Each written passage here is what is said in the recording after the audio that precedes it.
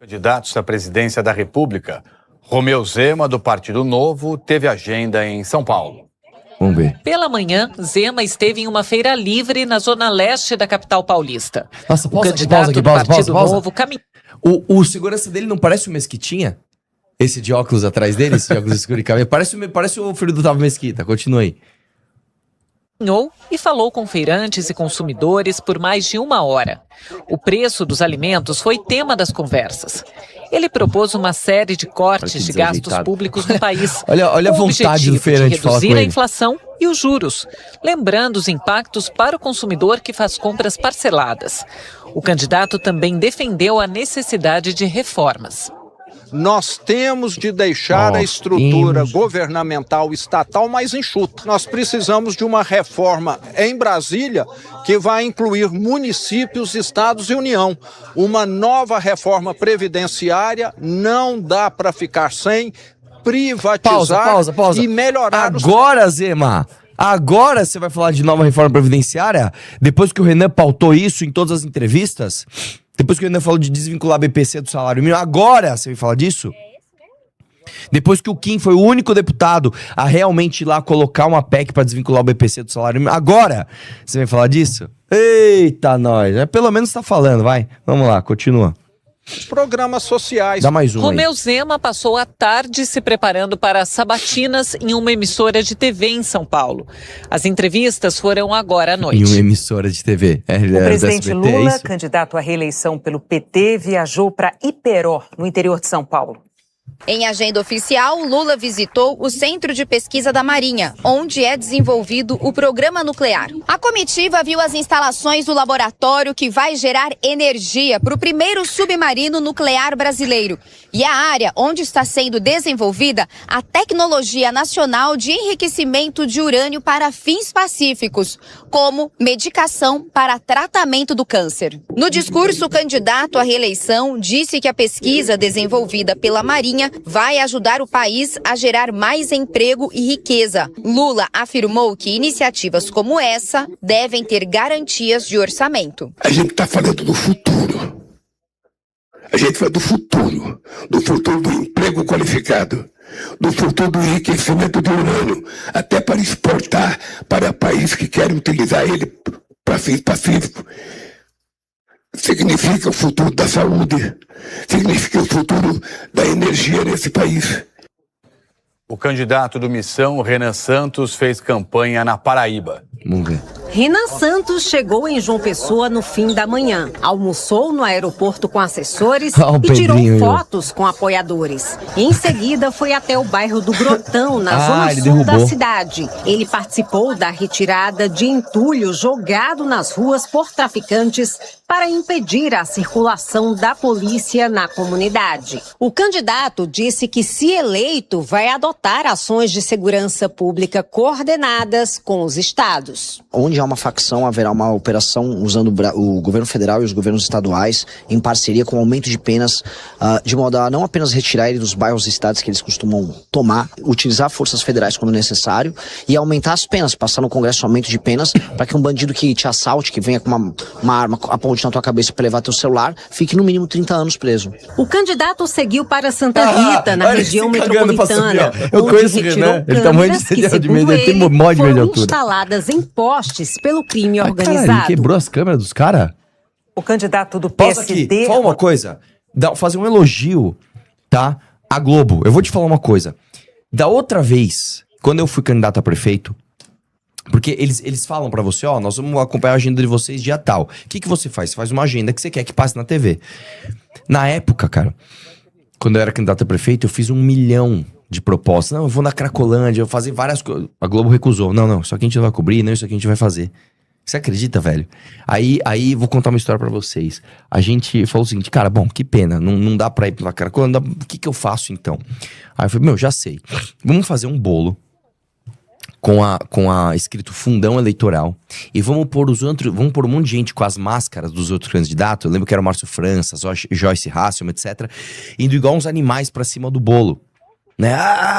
Pra cima do bolo como se fosse o fundão. A gente mandou fazer um bolo, fomos no pátio do colégio, né? Que é a Fundação de São Paulo, porque minha campanha batia muito nisso, de você recuperar a história de São Paulo, etc. Tamo lá, meu. No centro de São Paulo, tava... Aí a Globo cobriu mó pouco, assim, foi mó bosta a cobertura deles. Aí depois sobrou um pedaço do bolo. Algum idiota, e a gente falou pra não fazer isso, algum idiota começou a distribuir o bolo pras pessoas. A gente, nem pode fazer isso. Eu nem posso fazer isso. Isso é capaz dos caras colocarem que eu tô comprando voto.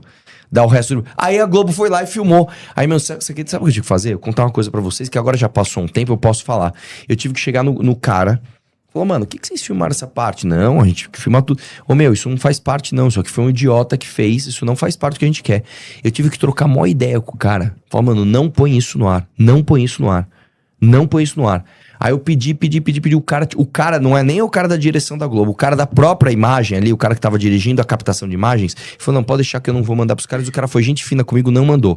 Mas a Globo fez uma cobertura horrorosa, muito bosta do que eu tava fazendo. E aí depois eles fizeram um trecho curto meu ali, com os bolos, os candidatos, etc. Elogiar o Jornal Nacional, a Globo Eleições, é isso? Elogiar a Globo Eleições. Cobriram direitinho o Renan chegando no aeroporto, dando a entrevista, o almoço dele com os caras ali, a equipe enxuta, ele tirando a baicada, ele quebrando a câmera. Uma cobertura muito honesta, uma cobertura muito bacana, né? Que bom que eles fizeram isso. Estão levando a gente mais a sério, né? Dá mais um pouquinho de zoom, fera aí, vambora, vai lá. Ronaldo Caiado teve agenda em Brasília. Ronaldo Caiado participou pela manhã do Congresso Nacional das Santas Casas. Defendeu o reajuste na tabela de procedimentos do SUS para socorrer os hospitais filantrópicos. À tarde, Ronaldo Caiado participou de um debate na Confederação Nacional do Transporte sobre o futuro do setor no Brasil. Ao lado do candidato a vice, Gilberto Kassab, Caiado recebeu um documento com as demandas e propostas do setor. Ele disse que, se for eleito, vai aumentar investimentos em infraestrutura. Para recuperar estradas e ferrovias, propôs a ampliação de concessões e parcerias privadas. Você vai acrescer, cabelão dele, velho. Tá certo, o ferroviário. Posso falar, o Ronaldo Caiado é bonitão, velho. Existe unanimidade. Me zoa aí, mas ele é bonitão. Você vai acrescer a qualidade das rodovias. Nós temos que pensar também nos nossos rios, em poder avançar na nossa hidrovia, certo? A estruturação de nossos portos hoje para serem competitivos internacionalmente. Os candidatos Flávio Bolsonaro do PL e Augusto Cury do Avante não tiveram agenda pública de campanha hoje. Mano, que a campanha boa, hein, do Flávio, hein? O meu, a agenda vai ser a cobertura da Globo. Não, a gente não quer. Fala que a gente não tem agenda pública. Nossa senhora, que desastre, velho. Que desastre, que desastre. Vocês não sabem. Nossa, cara. Isso é medo? Isso é medo? Fala pra mim, isso é medo? Vamos lá? Próximo. Os caras quer, o Arthur quer rebolar pro cabeça branca. O velho é ajeitado mesmo. Que é isso aí? Deixa eu ver. Com Mandetta, Caiado mira negacionismo contra vacina. Que TP estranho. Deixa eu ver, dá play aí, mano. Para a agenda do candidato a presidência pelo Missão, o Renan Santos. Ele cumpriu a agenda hoje na Paraíba, em João Pessoa. Ele participou de uma ação pública contra barricadas que teriam sido instaladas em bairros da periferia da capital, João Pessoa, pelo crime organizado. Apoiadores do Renan Santos e também moradores do bairro acompanharam essa movimentação. O Renan chegou a assumir o controle da retroescavadeira que estava lá para retirar. Só uma coisa, sabe a ideia de quem isso aí? Sabe a ideia de quem? Pedro Arthur, tá? Os méritos têm que ser dados aqui. O Pedro, vou falar, isso aqui já fica um recado pra você que é da missão. Você que é do MBL, você que quer ser militante político. Muita gente reclama, às vezes o Renan não vem aqui, ou o Renan vem e não dá muita atenção pra gente. Deixa eu explicar pra você, cara. A agenda do local, quem faz é você, meu. Tomem o Pedrinho como exemplo. O Pedrinho é muito bom nisso, cara. Ele é muito bom nisso. Ele faz as agendas mais interessantes. Ele pensa essas coisas e faz. Meu, o cara é muito bom nisso. Então já fica o recado pra você aí. Puta, cara, quero uma atenção do Renan, quero uma atenção da missão. faça uma agenda interessante, faça uma agenda legal, pense algo que tenha a ver com o que a gente tá fazendo aqui, beleza? Continua aí, deixa eu falar uma coisa, ô Lindo, com a mão mesmo, joga o fluxo do ar pra cima, senão tá vindo direto da minha cara. E dá play no negócio. Ele não consegue fazer duas coisas, pessoal. Como é que eu vou fazer isso? Você dá play, vai lá e plim. Vai. Obstáculos da rua, também participou de um ato de campanha sobre a pauta da segurança pública e contra a instalação de câmeras de monitoramento que são atribuídas às facções criminosas, câmeras de monitoramento do crime, não da polícia. O Renan Santos ainda disse que vai conceder uma entrevista coletiva para a imprensa local, para se encontrar com apoiadores, apresentar propostas para o Nordeste. Certamente ele foi o primeiro a viajar para a região, né? Desde que a campanha começou oficialmente, os outros todos mais concentrados aqui no Sudeste, Pedro. Ele tem várias medidas ali controversas, para dizer o mínimo, mas uma delas você quer destacar, que é criar um Ministério da Startup. Não é bem o Ministério da Startup, mas passa por isso. Eu conversei com ele hoje, que estava inclusive saindo dessa escravadeira quando eu liguei, e perguntei sobre propostas de campanha em relação a alguns ministérios. Aí ele foi direto ao assunto, falando o seguinte, que ele, se for eleito presidente, vai unificar numa mesma pasta planejamento, infraestrutura, cidades, trabalho, previdência e assistência social, num super ministério que vai chamar Ministério da Reforma do Estado, que vai ficar localizado no Palácio do Planalto, ao lado do gabinete da presidência, e terá como ministro o Kim Kataguiri, hoje deputado federal. Isso porque ele quis com isso demonstrar, primeiro, que ele defende a reforma do Estado, o enxugamento da máquina pública, que ele considera que existem muitos ministérios que são desnecessários. Ele citou, por exemplo, que alguns ministérios na gestão dele se transformariam em secretarias. Ele disse o seguinte, que alguns ministérios existem como demonstração de virtude, mas acabam sendo desnecessários. Eu perguntei quais. Ele falou, Ministério das Mulheres, Igualdade Racial e Direitos Humanos. Ele acha que não é necessário uma pasta para cada assunto, uma secretaria já seria o suficiente, o que na versão dele não significa que ele descuidaria do tema, mas que o tema pode ser tratado sem uma estrutura assim tão grande. Pausa aqui. Perguntei também outra sobre coisa, vou dar um spoiler para do... vocês. Ontem, por acaso, né, que aliás amanhã a gente vai fazer um podcast às 5 horas da tarde, sabe com quem? Com o Daniel José. Tá? O Daniel José ontem me liga. Arthur, beleza? Tudo bem? Pô, tô aqui no Brasil, tá? Vamos se encontrar. Eu falei, cara, eu preciso levar meu carro no mecânico. Passa aqui, vamos junto. A gente foi junto, como conversando. O Daniel José, ele vai falar isso pra vocês mais amanhã. Ele tá trabalhando com inteligência. Ele tá estudando na China o uso de inteligência artificial para diversas coisas, entre elas aplicação de administração pública. Esse monte de ministério, esse monte de cargo, isso vai acabar. Isso vai ser desnecessário. Você vai ver... Pô, escutem aqui o que eu estou dizendo. Você vai ver nos próximos 10 anos, principalmente países como China, tá? Que são muito autoritários, pouco se importam com o funcionalismo público e ligam muito para a aplicação de tecnologia. Você vai ver esses países diminuindo muito o número de pessoas na administração pública e usando inteligência artificial para esse tipo de administração. Isso reduz o ruído político, isso faz com que as decisões sejam tomadas de forma mais sensata e mais eficiente, e eles vão dar o exemplo pro resto do mundo. Pode anotar o que eu estou dizendo, corta isso aqui e me cobra depois.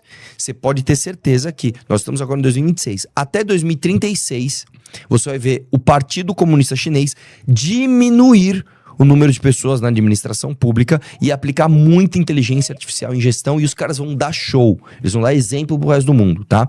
Tava conversando com o Daniel José, ele tava falando sobre isso, e aí o que eu tô falando pra você é o seguinte, essa história de, eu vou criar uma pasta, vamos ser sinceros, pra que serve o Ministério da Igualdade Racial, Daniele Franco?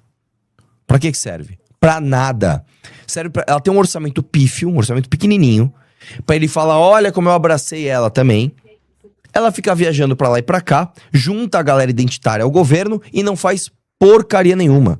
Pra que eu pergunto pra você no chat, de verdade, pra que serve o Ministério da Igualdade Social do governo Lula com Daniele Franco à frente da pasta? Pra que serve? Explica pra mim. Eu não sei dizer pra que serve.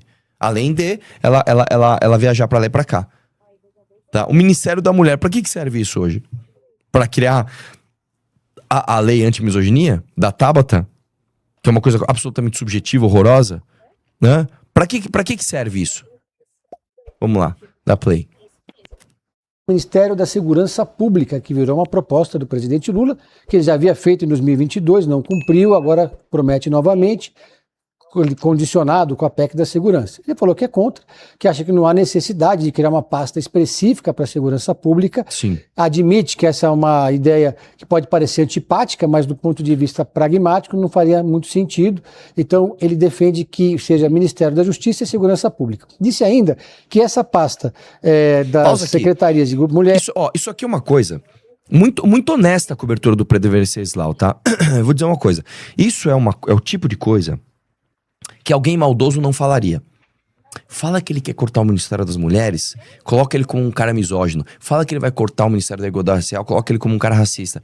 Mas não fala o que o Pedro Venceslau acabou de falar. O Renan está propondo não ter um ministério específico para a segurança pública. Ué, mas não é importante, cara, o nosso plano de governo, talvez o principal foco do nosso plano de governo, né, seja a segurança pública, seja ir para cima do crime organizado, e você não precisa de um ministério para isso. Muito honesta a cobertura dele, porque mostra justamente isso. Você ter um ministério só pra isso não significa que você se importa mais ou menos com o assunto. A gente se importa muito com segurança pública. E não vai ter um ministério só pra isso. É segurança pública e justiça, é tudo junto, tá? Vai lá, continua.